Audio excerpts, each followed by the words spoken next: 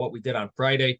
On Friday, we spoke a little about the question I had was what is the Gemara teaching us about the when it says about mentioning rachav, what practical law? So I mentioned on Friday about this idea that if you mention someone's name 2 times, it's a sign of closeness and warmth. And the truth is, it was in yesterday's Chumash in the Torah portion where it says that Hashem called Avraham, and Rashi says Lashon Chiba, that this is a sign of cherishing or love, and so endearment. Thank you. So this is exactly what the Gemara seems to have been saying. I mean, not exactly. The Gemara was emphasizing that a person could become a Balkari, could have a seminal emission.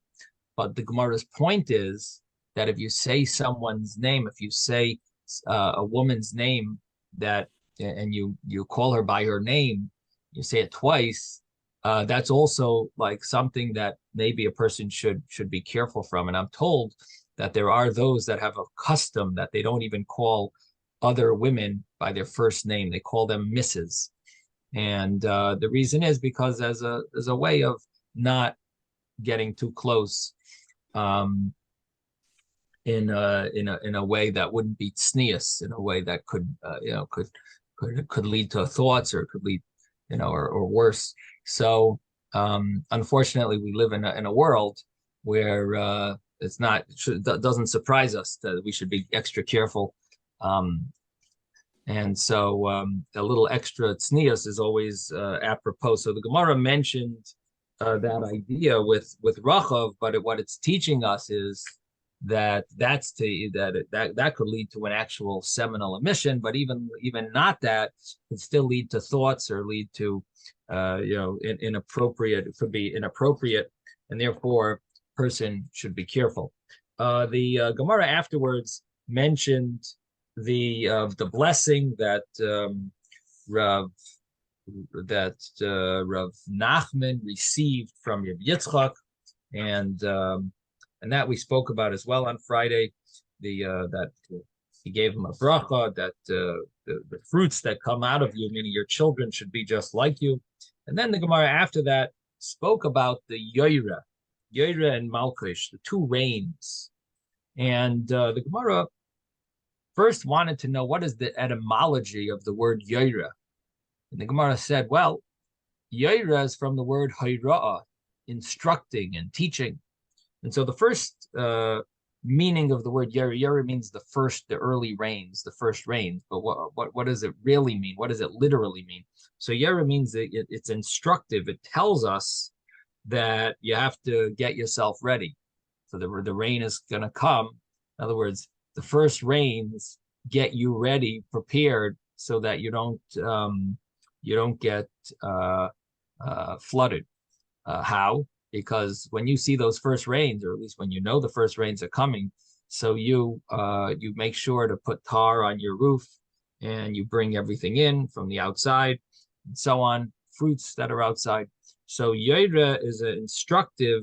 It has an instructive element to it, to teach you, to warn you. The other meaning of Yoira, the second translation that the Gemara says, Yoira has to do with the fact that it saturates, from the word revaya, I think, from the that it's merave.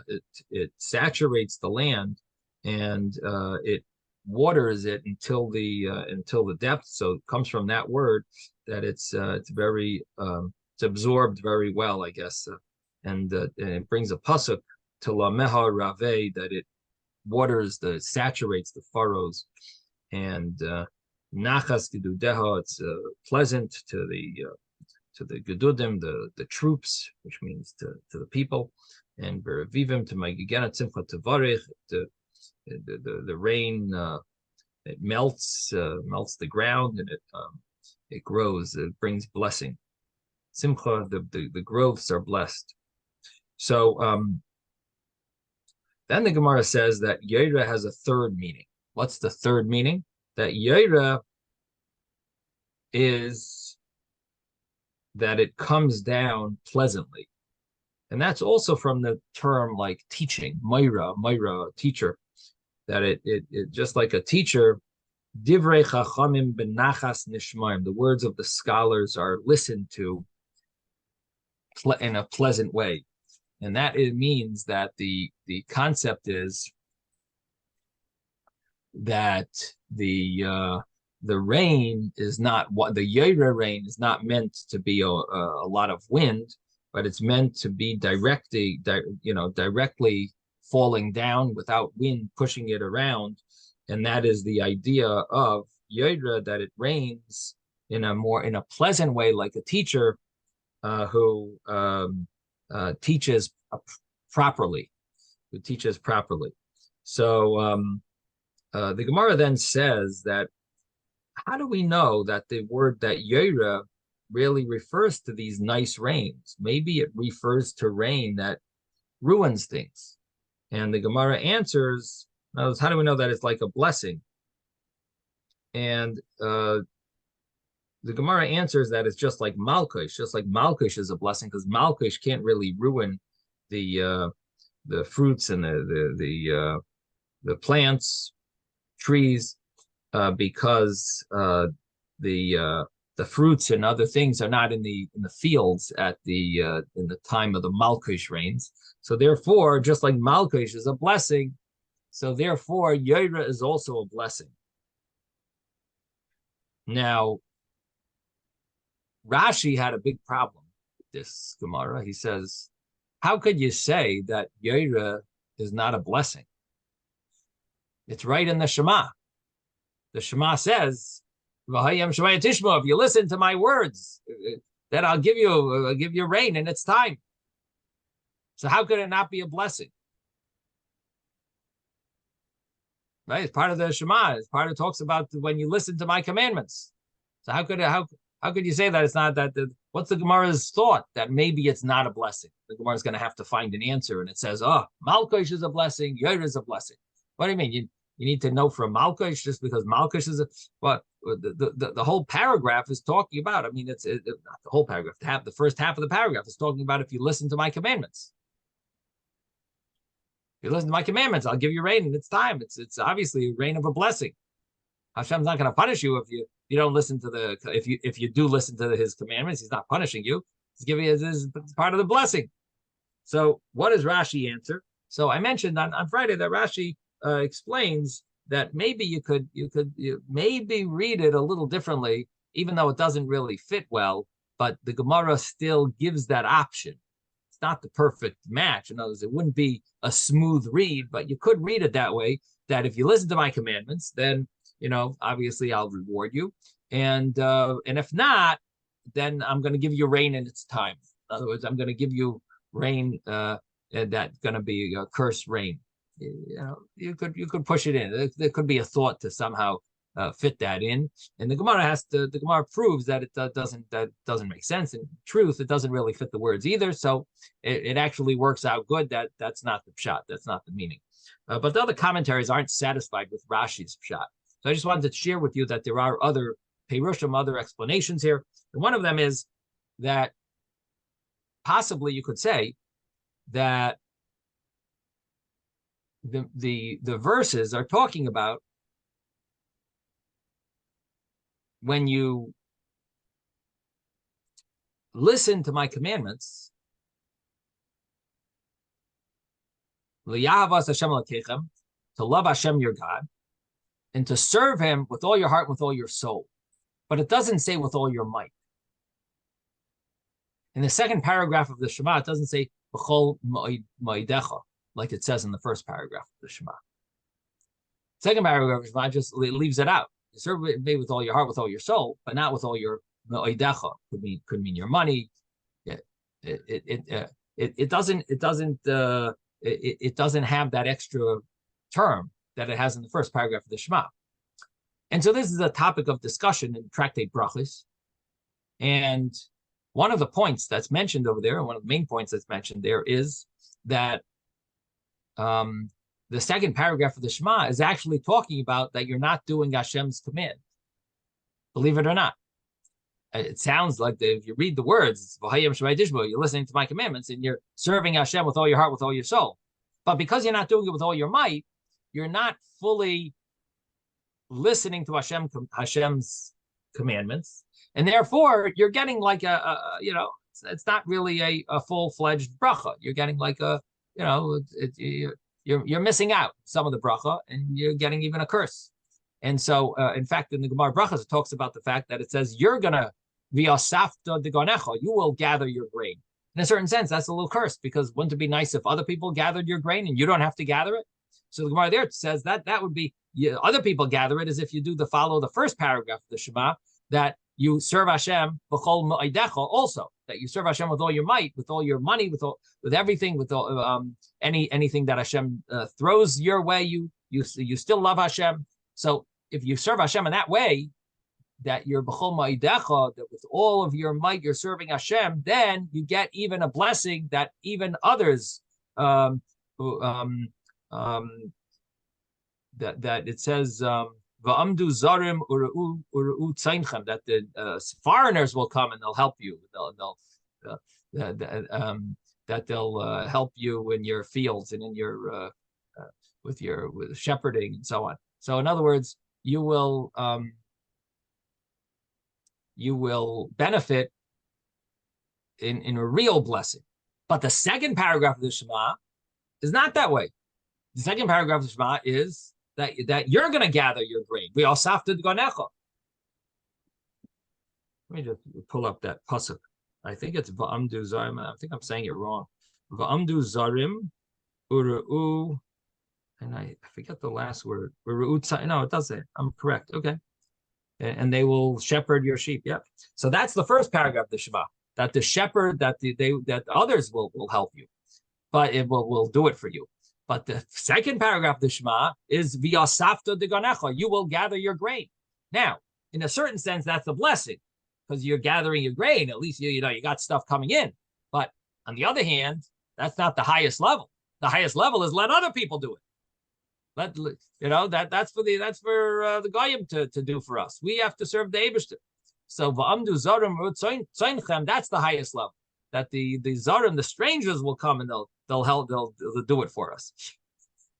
For us to gather our grain, that's likely. So that could be that's the meaning of the Gemara, that maybe it's in a certain sense that this rain is a curse because you're not serving Hashem b'chol ma'idecha, with all of your might.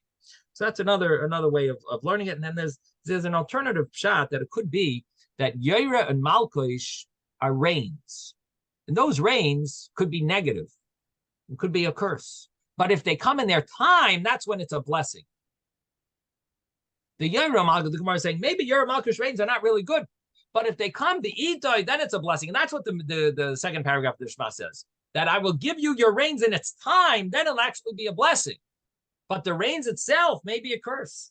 So the Gemara is asking this question, however you want to learn, like Rashi, like the other two Perushim, the other two explanations that I just gave you. The Gemara is asking, how do we know that it's a blessing, that the Yaira is rain of blessing? And the Gemara answers that we learn from Malkosh, that just like Malkosh is a blessing, because it can't ruin the fruits and the grains. It can't ruin it. It's not in the field. In the time of Malkosh, it's not, the fruits are not there. So therefore, also Yaira has to be a blessing. It's called a hekesh. This type of teaching is called a hekesh. A hekesh means it juxtaposes two things together in the Torah, and whenever that happens, we compare the two things because it puts them right next to each other. That is one of the ways of understanding the code of the Torah, and that is some say that's the meaning when we say in the davening that it says davar halamid neinyana, davar halamid, we say something that's learned from the inyan, from the text, from the context. Some say that's what it means. It refers to the hekesh, that when you see something in the context, in other words, next to it is one teaching, this is another teaching. So we say that in davening. We say that in the Rabbi Yishmael right? The 13 codes, 13 methods of understanding of deciphering the code of the Torah. So anyway, this is called a hekesh, that it says Yaira and Malkosh next to each other, that we learned that just like Malkosh is a blessing, also Yaira is a blessing. Okay, so then the Gemara said, but the truth of the matter is, you could say that Yoira, it ruins even more things than the that Malkush could ruin more things than the Yoira, because could be Malkush, it destroys it could be Malkush brings up the grasshoppers, it destroys the houses, it breaks the trees. Like could be no, there's no fruit out, so it's not going to destroy what the Yoira was giving. We could have thought that it's going to ruin the fruits. Malkush, there's no fruits out. Okay, it's not going to ruin the fruits, but maybe it's even worse. Maybe it's going to break the houses. Maybe it's going to be a hurricane rains. So the Gemara says that Malkush, you learn from Yoira that Yoira is a blessing. But how do we know Yoira is a blessing? Maybe Yoira is a curse. We were learning from Malkush. Now we just question Malkush. So how do we know that one of them, we're going to need a source to say it's a blessing, and then we'll compare the other one to it to say, just like this is a blessing, that is also a blessing. But we don't have Malkush is not. We're not convinced. Maybe Malkush is not a blessing, and maybe Yoira is not. So my answer is that Yoira is a blessing because we have a verse that says that Yoira lachem, that it says Moira litzdaka, that Hashem gives you this Yoira, this rain for tzedakah, for righteousness, for charity. So it shows that it is obviously something good. And then the Gemara said that Yoira is in Marcheshvan. This was the basically the end topic of discussion that we spoke about, and it had to do with the fact that when are these rains officially? When do these rains really take place? What's the exact date of these rains? The times that we expect the rains to come, and when do we start fasting when they don't come? It's all connected to the agricultural seasons, and we need to know that in order to know when it's connected to when we want to ask Hashem for rain. So when we want to ask for rain, when do we start fasting if there is no rain? Yes, Ben. I'm thinking Yoire could be also connected to Yored. It's just coming down. It's not pouring down. But it has a hey. It doesn't have a dalet. I know, but it's the same start, so it could be from the same word. Because I would think Yored is really Reish dalet is the main etymology of Yored, and then if it doesn't even have the dalet, so it's Yoreh. I don't know. I'm not sure. I'm just saying, like, it doesn't seem to me like it's so related. Because it says, that it's not, the wind is not bending it. It's coming straight down softly. So that you say is more Yored. It's just coming down. It's not pouring down. Yeah, Rashi doesn't say that. I mean, I guess we could look at the Rabbeinu Hanan. I'll see if he says anything about that. No, maybe. Let's see, Rabbeinu Gershom. I don't know. No, they don't seem to say that here. I don't know. Maybe there's other commentaries, but anyway, I'm not. But they say it's coming down softly. Yeah, but they use the term. The source of the etymology is the word teaching, mora, like a teacher, and they bring a pasuk, divrei chachamim benachas nishmoyim. Yeah. So they use the etymology of another source. They say the same thing, but use another source. Well, no, different etymology. It's a different root word. They don't say the root word is Yored. They say the root word is Yored. That's what I'm saying. It's a different, different root. Yeah. Okay, fine. Okay, so we have we're talking about the actual rains of Yored, the dates of those rains. So the Gemara brings a brisa, Tanu Rabbanan. It says Yored is in Marcheshvan, Malkush is in Nisan. Now, the brisa itself asks and says maybe Yored is in Tishrei, a month earlier. Maybe Malkush is a month earlier in Iyar. It says Be'itai. So we know that it must be in the best time possible, proper time. And therefore, it must be Cheshvan and Nisan. The Gemara then says, what is the word Malkush? What's the etymology of Malkush? The Gemara says that the Gemara gives the Gemara gives an explanation of Rav Nehiloi Bar Idi in the name of Shmuel, that it's Mal Kash Yusayim Shel Yisrael. It cuts off the stubbornness of the Jewish people. What does that mean? That it cuts off the stubbornness of the Jewish people? That gets them to do tshuva. That the Malkish reign, it's necessary, it's needed, and it causes people to be nervous, and that's the term Malkish. It cuts off, it circumcises. Mal is from the word milah, and koish is from the word kashusayim, kashay oiref, the stubbornness, stiff-necked.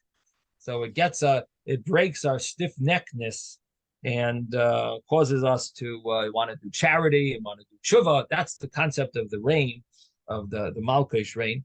And then the Gemara brought other reasons that Devei Rabbi Shmuel was another reason, another explanation. And then there was another brisa. Devei Rabbi Shmuel said it fills the tvua in its where the grain is in its stalk. It fills it up. In other words, it makes it more plump in the kernel. And the other explanation was that the rain, what does this rain do? So number one, it causes us to do tshuva. Number two, it causes the kernels to be more fatter and thicker. And number three, it's the rain that falls on the malilois and on the kashin.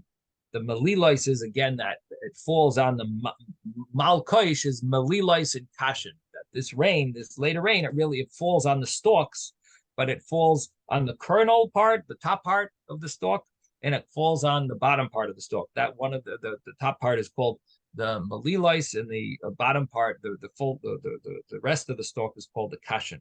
So that's the meaning of this word malkoish. Again, it's the Gemara's discussing what's the etymology of the word malkoish. We say it in the Shema every day. It's good for us to know, actually. Part of the daily Shema, which we said we have to mitzvah to say twice a day, min Torah, biblical commandment. Okay, so then the Gemara says that Yeira is in Cheshvan, and Malkoish is in Nisan. And how do we know that? Maybe it's in, the Gemara says, maybe it's Yeira is later in Kislev. So the Gemara says, just like Malkoish is in its time, also Yeira is in its time. That's the Gemara's answer. That if Malkoish is in its time, so Yeira, in other words, Malkoish has to be a Nisan. Why? Because it's falling on this part of these stalks. So the Gemara says if Malkish is then Yeira must also be in its time, which would be in Cheshvan. Now the Gemara then brings another brisa and says Yeira is Cheshvan, Malkish is in Nisan. This is the words of Reb Meir, but the rabbis really argue on this, and they say that Yeira really is in Kislev. And who is the Chachamim? So the Gemara said this is Reb Yosi. And then the Gemara gets into the specific details of these three times. Again, the Yeira rain has three rains that are very important. The Yeira rains. Be interesting to see in scientifically how that, how this works with the actual growth of vegetation. That at least according to the Gemara here, it seems like there needs to be these three rains to get the full benefit in the for the growth of the fruits and vegetables. Somehow helps it, or the grain somehow helps very much to have these three rains, and there are specific days that if it falls on that day, then it really that's the way it's supposed to be, and it grows properly. So the Gemara says, who is the Chachamim who holds that the date of Yeira of this first rain is Kislev? Who is that opinion? Again, until now we've said it can't be Kislev. It has to be Cheshvan. Cheshvan is the month we're in. Next month is Kislev with Hanukkah in it. So who is the opinion that it's Kislev? So the Gemara says this is Rabbi Yosi, and believe it or not, we passed in that way. We hold that it goes like Rabbi, even though the Gemara until here made it sound like no one even holds this way. The Gemara will soon say that this is the halacha. So this is Rabbi Yosi. Where do we find this Rabbi Yosi? So the Gemara says, what are the three rains of Yeira? So the Gemara says one opinion is the third of Cheshvan, the 7th of Cheshvan, the 17th of Cheshvan. That's Reb Meir. Rabbi Yehuda says the 7th, the 17th, and the 23rd. And Rabbi Yossi, he's the one that says that it's the 17th, the 23rd, and Rosh Chodesh Kislev. And Rabbi Yossi says that you don't fast until Kislev comes because you don't really need the final reign of Yoira is really Rosh Chodesh Kislev. And the Gemara says, Rav Chisda says, Allah is like Rabbi Yossi. So what comes out from here is that there's 3 reigns that are part of Yoira. When it says Yoira, the Shema, they're talking about 3 reigns. And there's specific days when these reigns are apropos. And the 3rd date is the final date for these early reigns to reign, that if you don't have rain by that date, you actually have to fast. So according to Rabbi Yossi, when would that fast take place? If it didn't rain on Rosh Chodesh Kislev, that's when they would start fasting. What about according to Reb Meir? When would they start fasting? According to Reb Meir, his dates were a little earlier. So Reb Meir said that the 3rd reign, what was Reb Meir's date? Anyone? When was Reb Meir's date? For the third of the early reigns.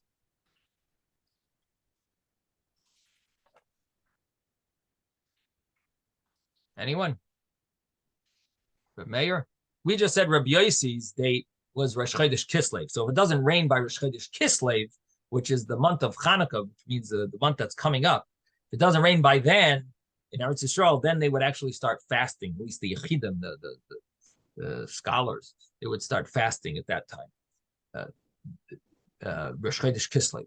That's Reb Yossi. What about Reb Meir? Reb Meir had earlier dates, and Reb Yehuda had earlier dates. Reb Meir was the earliest. He said the 3 reigns are 3, 7, and 17. That was Reb Meir. Reb Yehuda was 7, 17, and 23. Reb Yossi is 17, 23, and Rosh Chodesh Kislev.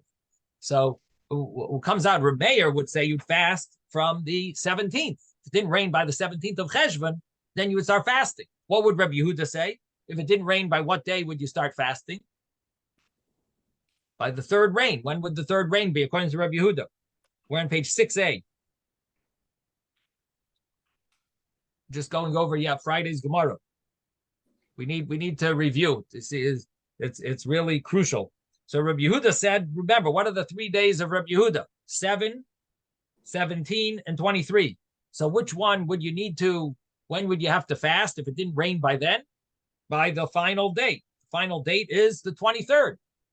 So we got Reb Meir's final date is the 17th. Reb Yehuda's final date is the 23rd. Reb Yossi's final date is Rosh Chodesh Kislev. So this is the time when the 3rd rain is expected. Now, Ameimar had a different version of this discussion, and it came